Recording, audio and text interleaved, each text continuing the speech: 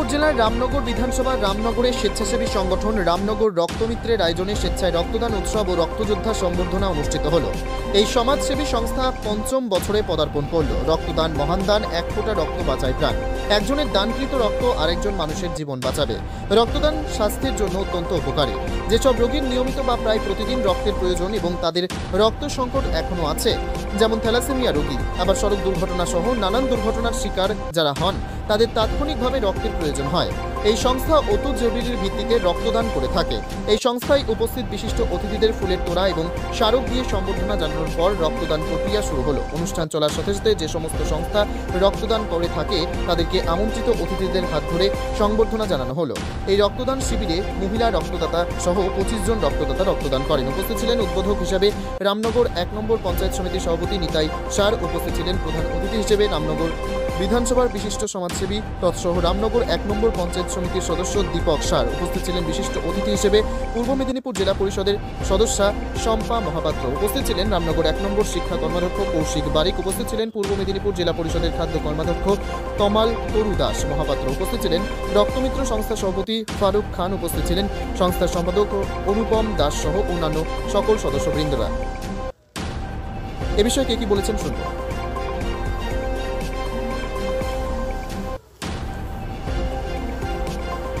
পূর্ব মেদিনীপুর জেলার রামনগর উপস্থিত রয়েছেন আমাদের পূর্ব মেদিনীপুর জেলা পরিষদের রয়েছেন আমাদের সকলের কাছের মানুষ, আমাদের সকলের প্রিয় বিশিষ্ট সমাজসেবী তথা রামনগর 1 পঞ্চায়েত সমিতির সদস্য সম্মানীয় দীপক কুমার সার মহোদয়।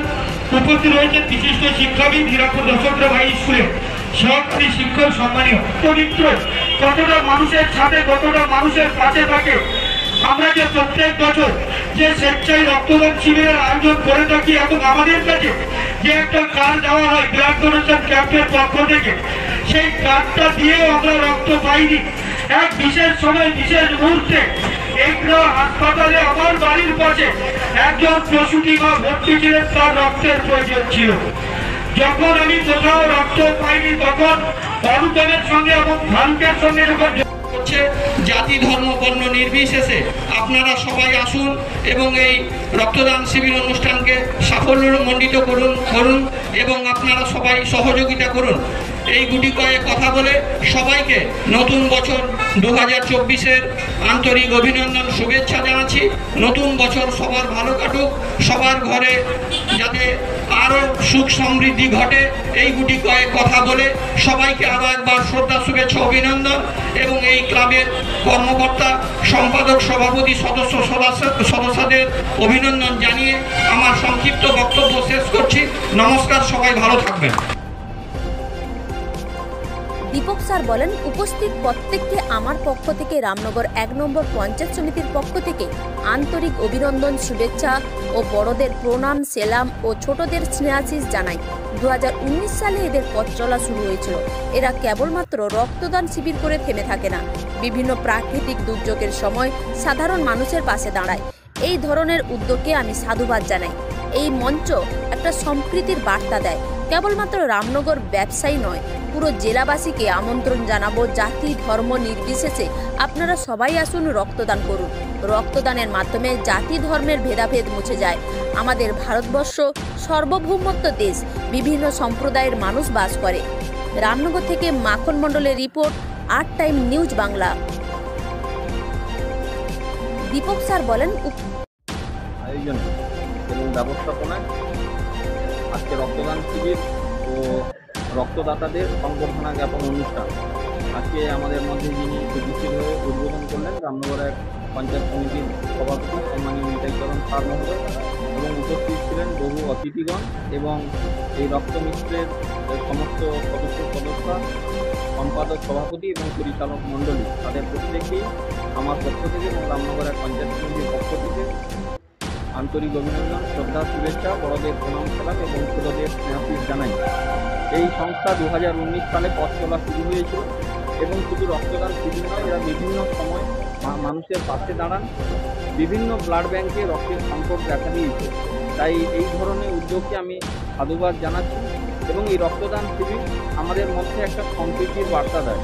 তাই এই রক্তদান করলে মানুষের যেরকম শরীরে কোনো রোগ সৃষ্টি না হয় এবং বিভিন্ন ধরনের উপকার পাওয়া যায়।